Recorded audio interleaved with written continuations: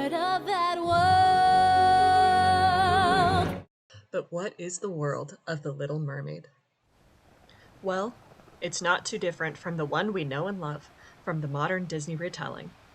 However, if you're at all familiar with the tales of Hans Christian Andersen, you can imagine that Disney left out a few of the details from the original. The original is a story of unrequited love, loyalty, sacrifice, and hope, with a warning for children at the end. Our story begins under the sea. But not quite like that.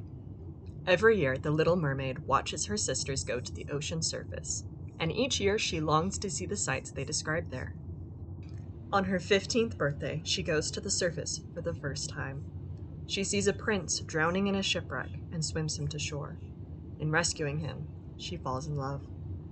She watches from the ocean as another girl helps him when he wakes up on the shore.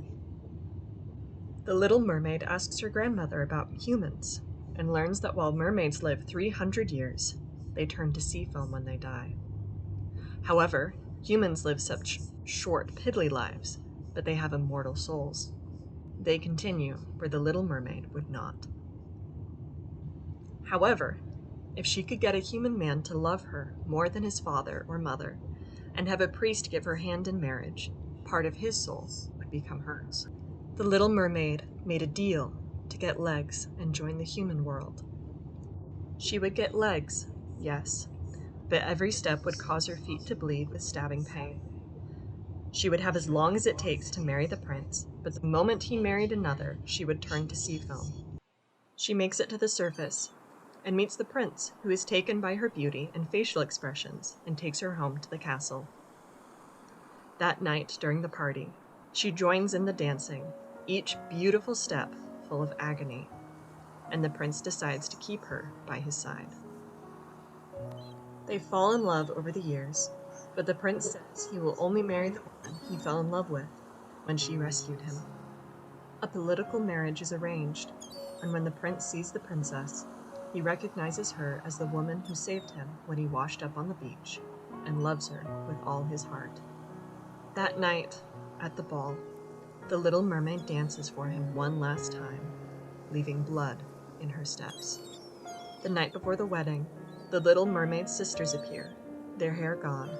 They hand her a dagger gained in a deal, and tell her that if she stabs the prince through the heart, and the blood touches her legs, she will return to them and live out the rest of her 300 years.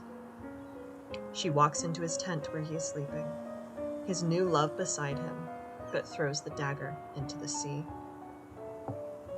It turns the water red, and the sun rises. However, instead of dying, she sees the daughters of the air, who share a lesson to children everywhere. For her bravery and goodness, she is now one of them. After 300 years, they will receive a soul and go to heaven. Every time they see a good child, a year is taken off. But when they see a naughty child, another day is added to their sentence of wandering the earth. The story is a tragedy, the sacrifice of loving someone enough to let them go. But it's also a story of hope, that there's always a future and a path forward.